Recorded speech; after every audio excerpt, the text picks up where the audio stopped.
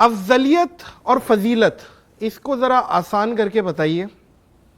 بعد از انبیاء افضل البشر بالتحقیق سیدنا صدیق اکبر کی ذات کو اہل سنت میں ایک قطعی عقیدہ ہے، اجماعی ہے. جی اگر کوئی شخص مولا علی کو افضل مانے، صحیح، سیدنا صدیق اکبر سے اوپر، صحیح، لیکن سیدنا صدیق اکبر کو بھی مانتا ہے، صحیح ہے، ایسے لوگوں کو میں جانتا ہوں، چپکے سے بتا رہا ہوں، ظاہر ہے جانتا ہوں میں، صحیح، وہ مانتے ہیں مولا علی کو زیادہ افضل، لیکن وہ سیدنا صدیق اکبر کی خلافت کو بھی مانتے ہیں، صحیح ہے، ان کو بہترین رسول اللہ کا نائب، ہر چیز سب مانتے ہیں. صحیح ہے.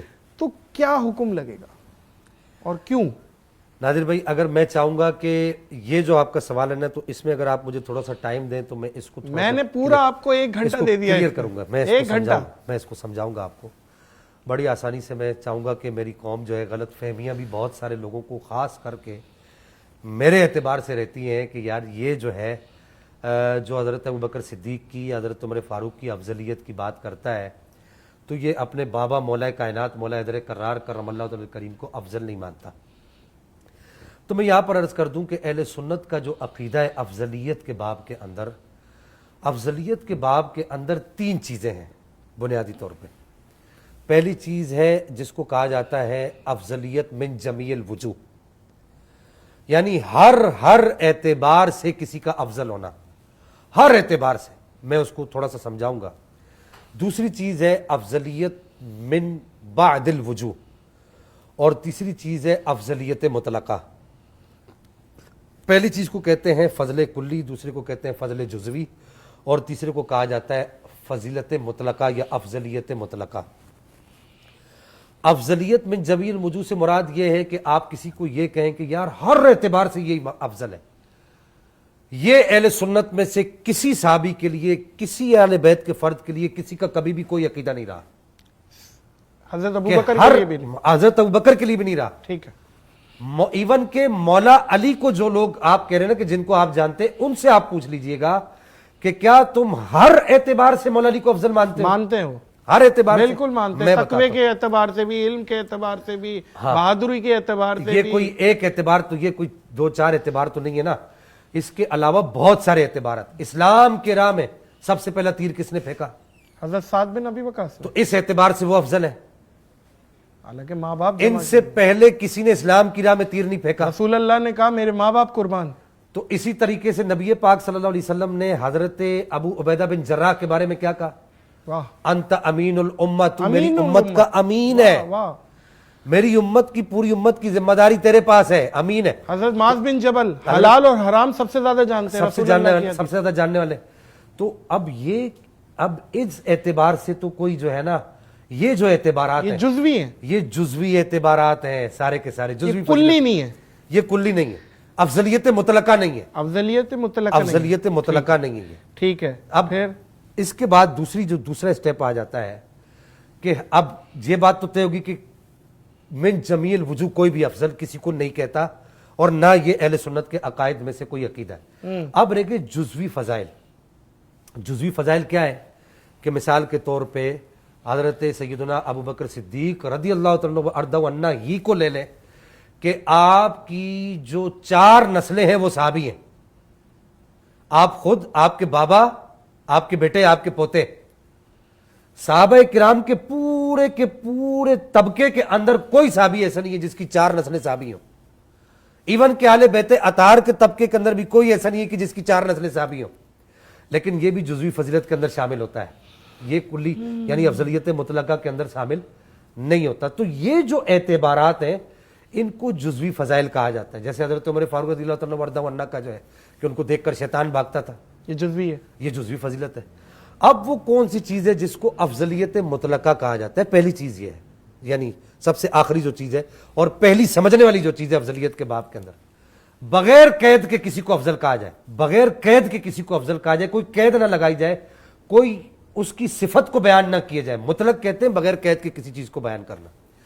مثال کے طور پہ یہ نادر، آپ کو کہیں نادر علی، تو نادر علی یہ بغیر قید کے کہا، لیکن کہا کہ جی وہ نادر علی جو پوڈ کاسٹ کرتا ہے، وہ نادر علی جو علماء کے ساتھ بیٹھتا ہے، وہ نادر علی جس کا ایک چینل ہے، وہ نادر علی جس کا وہ P4 پکاؤ کے نام سے ایک چینل جو ہے، پرینک کرتا ہے. ہاں پرینک کرتا ہے. اب یہ آپ کی صفات ہے، ٹھیک ہے. آپ کو مقید کر دیا، اب آپ مطلق نہیں رہے، لیکن صرف نادر علی کہا تو یہ مطلق بغیر قید کے نادر علی. اسی طرح عقیدے کے باب کے اندر بغیر قید کے افضلیت مطلقہ جو ہے وہ حضرت ابو بکر صدیق کو حاصل ہے. باقی رہی دیگر اعتبارات، میری بات پوری سنیے گا، باقی رہی دیگر اعتبارات یعنی نسب کا اعتبار، نسب کے اعتبار سے افضلیت مولا علی کو حاصل ہے. نسب کے اعتبار سے سیدہ خاتون جنت کو شیخ عبداللہ محدث دہلوی نے لکھا ہے تکمیل الایمان کے اندر کہ آپ نے فرمایا کہ نسب کے اعتبار سے سیدہ خاتون جنت پوری کائنات سے افضل ہے، سیدہ پاک نسب کے اعتبار. نسب کے اعتبار سے، کیونکہ آپ کے نسب جیسا کسی کا نسب نہیں ہے. بے شک ہے. ہم مانتے ہیں بے شک بے شک. الحمدللہ مولا علی جیسا نسب پورے صحابہ کے طبقے کے اندر کسی کا نسب نہیں ہے. واہ واہ واہ واہ. اگر نسب مدار افضلیت ہے تو سیدہ پاک سب سے افضل ہونی چاہیے، اور اگر نسب مدار افضلیت ہے تو امام حسن امام حسین سب سے افضل ہونے چاہیے. امام حسن امام حسین کا نسب مولا علی سے بھی اعلیٰ ہے. واہ واہ واہ واہ. آپ پہنچ گئے ہوں گے وہاں پر. واہ واہ واہ. ان کے نانا رسول سمجھ اللہ رہے ہے آپ؟ بھائی واہ. کیونکہ امام حسن امام حسین کے بابا مولا علی ہیں تو ان کی اماں جو ہے وہ سیدہ خاتون جنت ہے. بے شک بے شک. سمجھ رہے آپ؟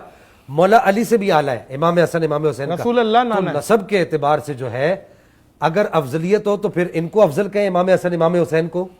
تو اب وہ کون سی ایسی چیز ہے جس پر افضلیت مطلقہ کا تعین؟ اچھا میں کہہ چکا ہوں کہ جو مولا علی کے خصائص ہیں ان سب کو میں مانتا ہوں. ان بالکل سب کو مانتے ہیں، سب مانتے ہیں. آپ مولا علی ہے، انکاری کون ہے؟ انکاری کو کوئی انکاری نہیں. ہم تو کہتے کہ ایسا آدمی جو مولا علی کے خصائص کا انکاری ہے اس کے دل کو اٹھا کر کتے کے سامنے پھینکو وہ بھی نہیں کھائے گا، واہ واہ واہ. خنزیر کے سامنے پھینکو وہ بھی نہیں سوکھے گا. واہ واہ واہ. لیکن بات یہاں پر افضلیت مطلقہ کی ہے. افضلیت مطلقہ حضرت سیدنا صدیق اکبر کو حاصل ہے. بغیر قید کے جب افضل کہا جائے گا تو وہ ان اکرمکم عند اللہ اتقاکم وسیجنبها الاتقى الذی یؤتی مالہ یتزکا وما لاحد عنده من نعمت تجزا، کہ قرآن خود اعلان کر رہا ہے کہ تم میں سب سے زیادہ اللہ کے ہاں وقار والا وہ ہے جو تم میں سب سے بڑا پرہیزگار ہے. اور دوسری جگہ قرآن کہتا ہے کہ تم میں سب سے بڑا پرہیزگار جو ہے اسے ابو بکر صدیق کہتے ہیں. بھائی واہ واہ واہ واہ. اور ثقیفہ بنی ساعدہ میں سیدنا عمر نے جس کا ہاتھ اٹھایا ہو تو یہ خلفائے راشدین سے بھی ایک ہمیں روایت مل گئی نا. ثقیفہ یہ بخاری شریف کے اندر موجود ہے کہ ثقیفہ کے اندر جو بیعت ہوئی ہے یہ کہہ کر بیعت کی ہے صحابہ نے کہ سب سے کہ افضل. انت خیرنا، آپ ہم میں سب سے افضل ہیں. بے شک بے یہ شک کہہ کر بیعت کی ہے. بے شک. پھر نادر بھائی اجماع صحابہ بھی آ گیا. یہاں پر صرف میں ایک بات کہنا چاہوں گا. دیکھیے محدث عبدالرزاق کی بھی بات چلی پیچھے، مصنف عبدالرزاق، وہ کہتے ہیں کہ میری مولا علی کو افضل نہ ماننے کی وجہ یہ ہے، افضلیت مطلقہ کے اعتبار سے نہ ماننے کی وجہ یہ، پہلے میرا رجحان اس طرف تھا کہ مولا علی کو افضل مانتا تھا، لیکن جب میں نے مولا علی کی حدیث پڑھی کہ آپ نے فرمایا لا اجد احدا فضلنی علی ابی بکر وعمر الا جلت حد المفتری، میں تم میں کوئی ایسا آدمی نہ پاؤں جو مجھے ابو بکر و عمر پر افضلیت دے ورنہ میں اس کو مفتری کی جھوٹے کی حد لگاؤں گا. اللہ اللہ. محدث عبدالرزاق کہتے جب میں نے یہ پڑھی نا تو میں نے کہا کہ بھائی مجھ سے زیادہ پھر مولا علی کا جفاکار کون ہوگا؟ مولا علی کی وفاداری اسی میں ہی ہے کہ جس کو مولا علی افضل مانتے ہیں میں بھی اسی کو افضل واہ مانتا واہ ہوں. واہ. تو اور حضرت وہ حدیث بھی محمد بن حنفیہ والی وہ بھی حدیث مبارکہ حدیث ہے کہ حضرت جحیفہ والی حدیث مبارکہ ہے، ابو جحیفہ والی حدیث کہ مبارکہ ہے. رسول اللہ کے بعد ابو بکر افضل، مولا علی خود فرما رہے ہیں. اب وہ جو آپ کا سوال ہے میں اس کو کلیئر کر دوں. میں بات حکم کیا لگے گا؟ ہاں اب میں اس کو کلیئر کر دوں کہ ہمارے علماء نے چاہے محدثین ہوں، چاہے مفسرین ہوں، چاہے متکلمین ہوں، چاہے صوفیہ ہوں، انہوں نے ایسے آدمی کے بارے میں لکھا ہے کہ وہ رافضی ہے، اس کا سنیت کے ساتھ کوئی تعلق نہیں ہے، بھلے وہ کچھ بھی اصل میں مولا علی کو اگر سنیت کلی فضیلت پہ مانے، افضلیت مطلقہ، افضلیت مطلقہ پہ مانے افضلیت مطلقہ کلی، تو ہاں تو وہ مولا علی کو مانے تو ایسا آدمی اہل سنت سے اس کا ضروریات اہل سنت سے باہر ہے نا. مسلمان تو ہے، ہاں یہ تو ہے. مسلمان ہے بھائی، بڑے تگڑے عالم دین ہے حضرت، کمال ہو گیا. دیکھیں میں بات اپنی نہیں کر رہا، ہاں ٹھیک ہے، میں آپ کو اعلیٰ حضرت حضور سیدنا پیر ملی شاہ صاحب کی بات بتا ظاہر ہے اپنے اکابرین کی، میں آپ کو اعلیٰ حضرت امام احمد رضا خان محدث بریلی کی بات بتا، ٹھیک، میں آپ کو جو ہے اس کے بعد شیخ عبدالعزیز محدث دہلوی کی بات بتا، کتنے بڑے بڑے محدثین ہیں، شیخ عبدالحق محدث دہلوی کی بات بتا. امام شافی نے لکھا, حضرت عمر کا عقیدہ یہی تھا. حضرت عمر کا امام شافی نے لکھا ہے, امام شافی نے فرمایا ہے کہ ٹھیک ہے. ایسا آدمی جو حضرت ابوبکر صدیق کے معاملے میں جس کا جو ہے گڑبڑ, باقی جزوی فضیلتوں میں مولا علی کا کوئی ثانی نہیں. دیکھیں میں تو کیا بات ہے, میں تو اکثر کہتا ہوں کہ میرا محبوب علی ہے. محبت ہمیں جتنی علی سے کسی اور سے ہی نہیں ہے. اور یہ ہم ڈنکے کی چوٹ پر کہتے ہیں کہ علی امام من است و منم غلام علی, ہزار جان گرامی فدا بنام علی. اور ہم یہ بھی ڈنکے کی چوٹ پہ کہتے ہیں کہ علی والا کسی در کا سوالی ہو نہیں سکتا, بھرے جس کا علی دامن وہ خالی ہو نہیں سکتا. نمازی ہو یا حاجی ہو, ملا ہو یا قاری ہو, علی کا جو بھی منکر ہے حلالی ہو نہیں سکتا. بھائی علی کا جو بھی منکر ہے وہ حلالی ہو نہیں سکتا. تو بات یہ ہے کہ مولا علی سے محبت کرو, ٹوٹ کے کرو, محبت کی آخری حد تک جاؤ, لیکن محبت کے تقاضوں کو بھی تو پورا کرو. لیکن ظاہر ہے انہوں نے جس کو افضل کہا ہے اس کو افضل مانو. حکم بہرحال حکم تو حکم ہے نا, جو ہمیں پیچھے اکابرین سے ملتا ہے اور ایک سند ملتی ہے. کیا بات ہے, بہت اچھے طریقے سے بتایا حضرت.